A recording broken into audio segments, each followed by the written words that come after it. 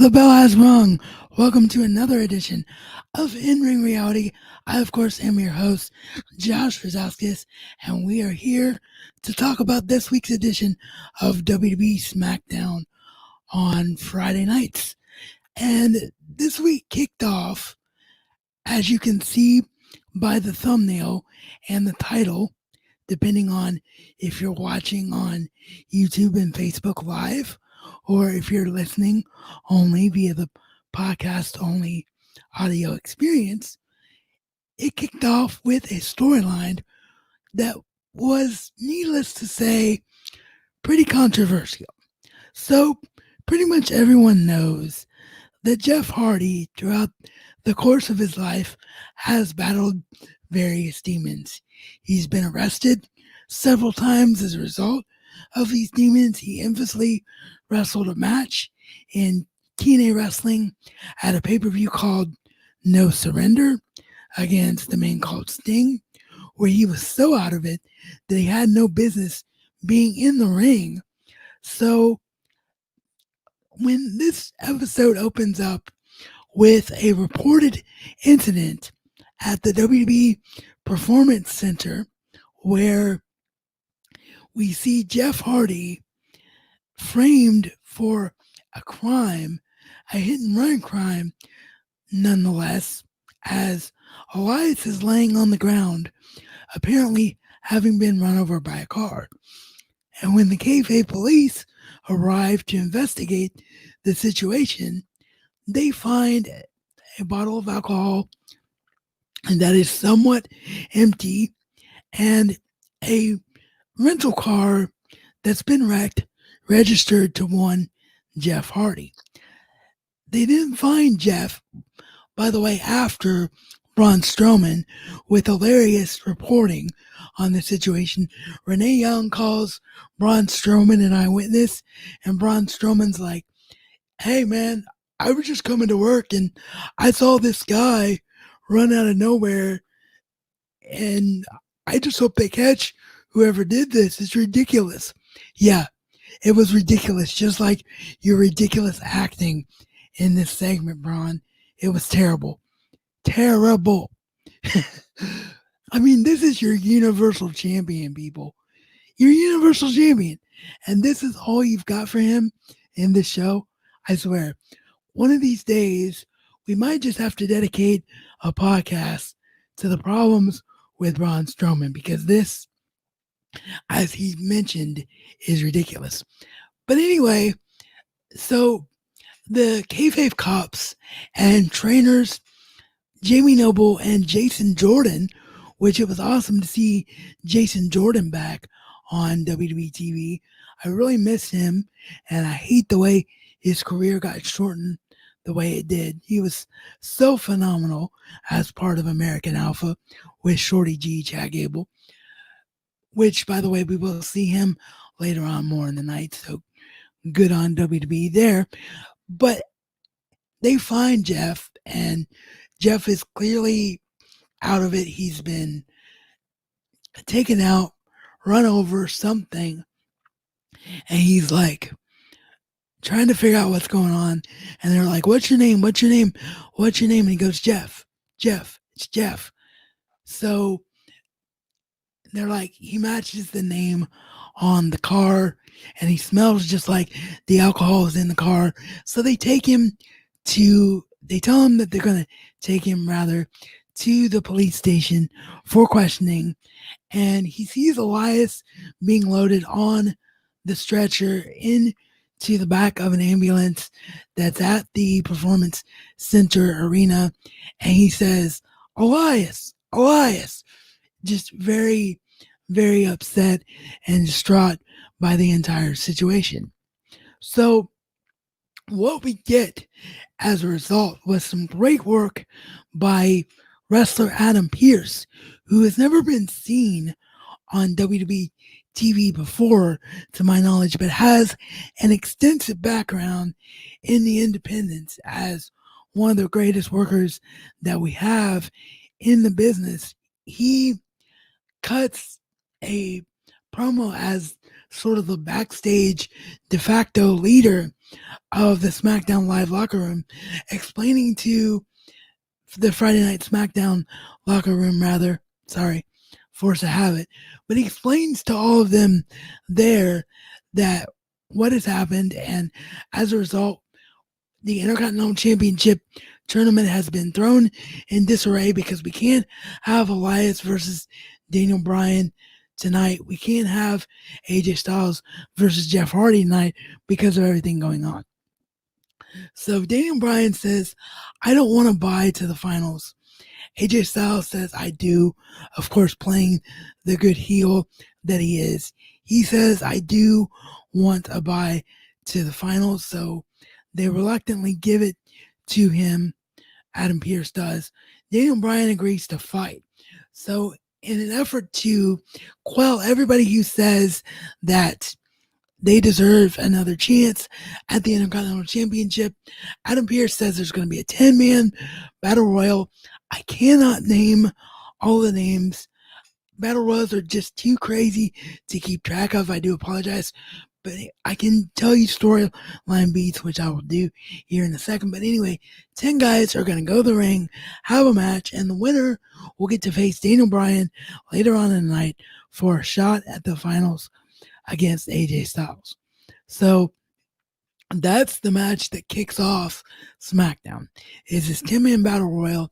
Your storyline beats involve Cesaro and Sheamus with a brief bar reunion, showing respect for one another. Cesaro and Shinsuke Nakamura having issues all match long with Shorty G.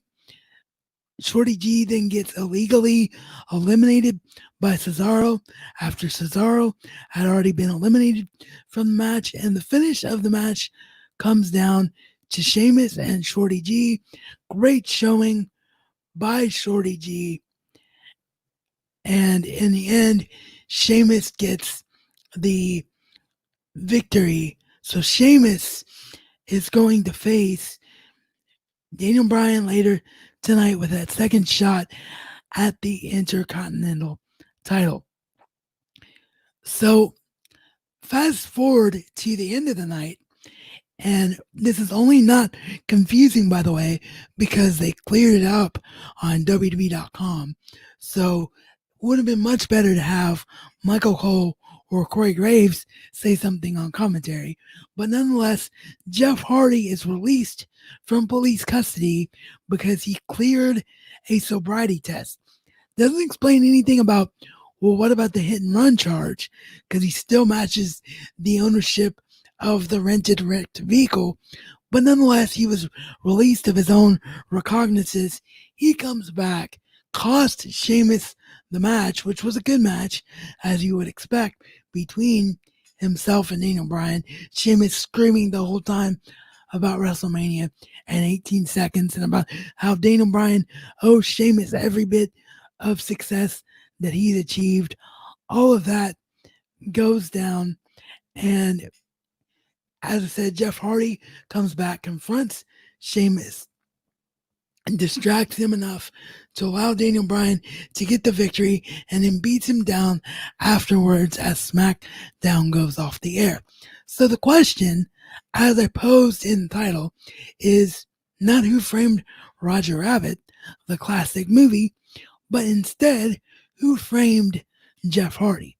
Because we have a storyline where WWE has clearly set up Jeff Hardy to be framed for this hit and run against Elias. Now, obviously, the leading candidates, the two guys that were most upset about not having a chance at the Intercontinental Championship in the finals, are Sheamus, who's Jeff Hardy's already been feuding with, and that's obviously who Jeff Hardy thinks is the culprit after what happened at the end of SmackDown, or Baron Corbin, because Baron Corbin hates Elias and Baron Corbin wants to become Intercontinental Champion. The problem here is that I would like to think, anyway, that WWE would not be doing something so obvious, because it is extremely obvious If that is, I really apologize to everyone. I have to cough here, so I'm just going to mute my mic momentarily for those of you watching live so I can get this cough out. I really, really apologize. The nature of live broadcasting sometimes.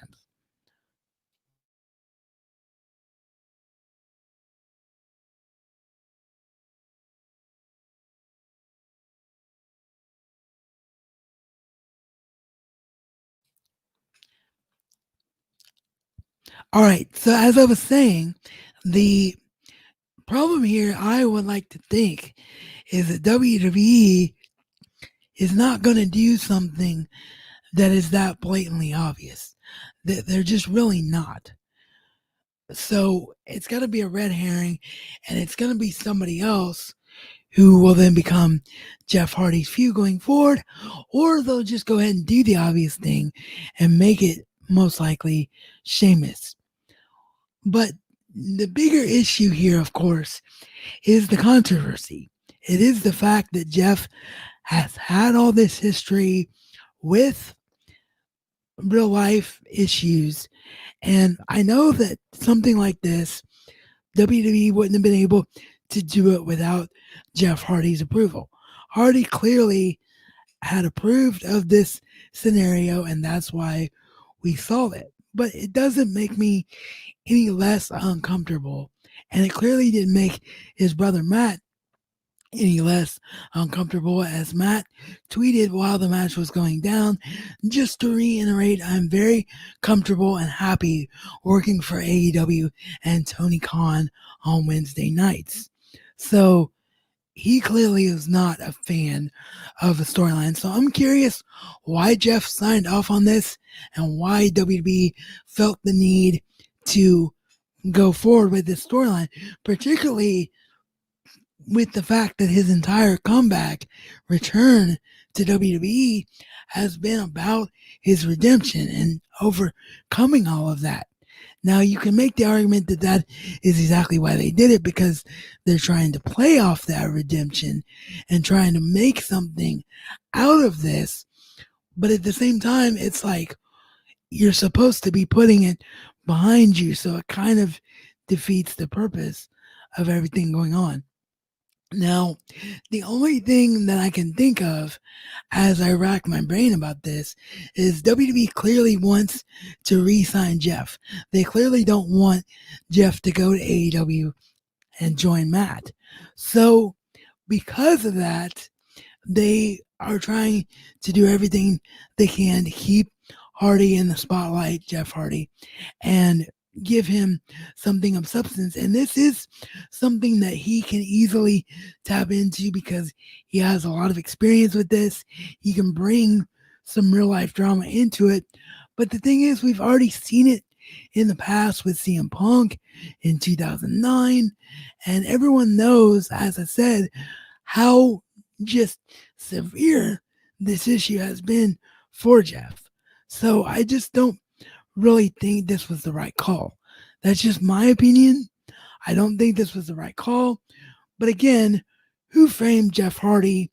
That is the main headline coming out of SmackDown. So do let me know either in the live comments that I go and check before each and every show comes to an end, or via social media or via our email address, what you think about this storyline, who you think framed Jeff. So with that, let's go into the rest of the show.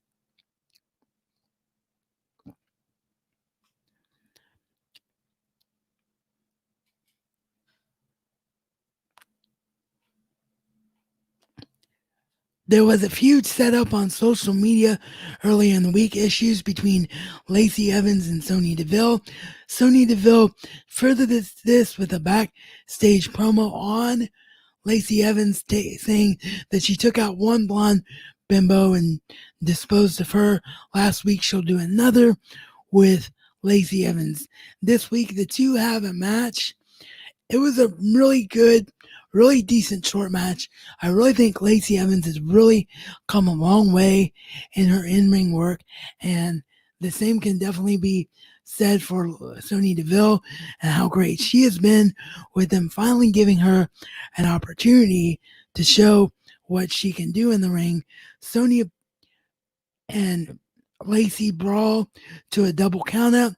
Lacey wants to continue the fight. She's like, get in here, get in here. Don't call blondes dumb. Don't say all blondes can't wrestle. Sonya then gets on the headset at the announcer's table and says, I'll wrestle you in my own time and in my own way, bitch. And that is how that segment comes to an end. Next up, it was a tag team champions feud that was a result of a singles match because of a moment of bliss segment. It was champions showcase as the New Day, the Smackdown tag team champions, were the guests of the women's tag team champions, Bliss Cross, Applesauce, Alexa Bliss, and Nikki Cross.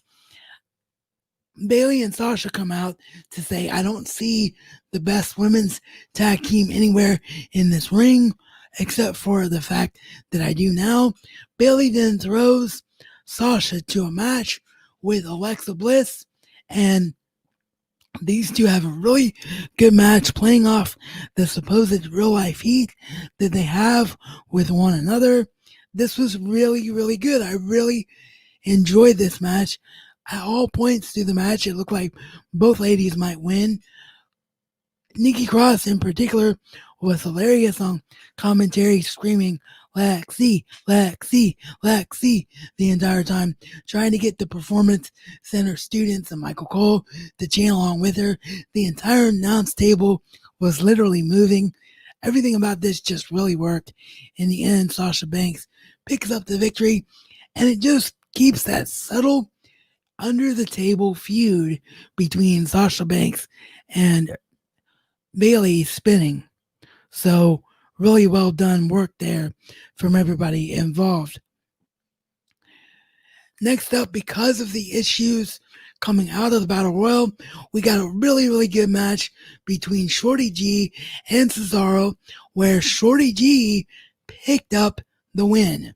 So I'm a big, big fan of Shorty G. Like I said, he was tremendous as part of American Alpha.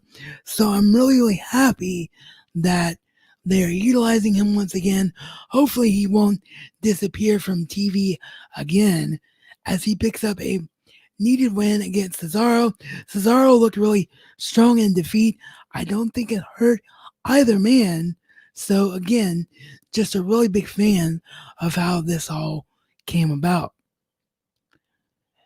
Next up, we got the semifinals match between Daniel Bryan and Sheamus, which we've already talked about what went down as a result of this match, but the match itself was very good. The chemistry between the two was very good. And like I said, just an all around nice, decent conclusion to a good storyline thread throughout the match. So with the Battle Royal taking up about the first half hour of the show, along with the opening segment, that brings this week's SmackDown Live to a close, with the exception of a very funny segment. I almost forgot about it because my notes are a bit out of order, so I apologize about that. But we had a very funny segment playing off Fast Times at Ridgemont High, as we had Mandy Rose and Otis on a vacation at a pool, and Mandy Rose tells Otis she's going to take a nap while Otis swims. Mandy Rose then fantasizes about Otis.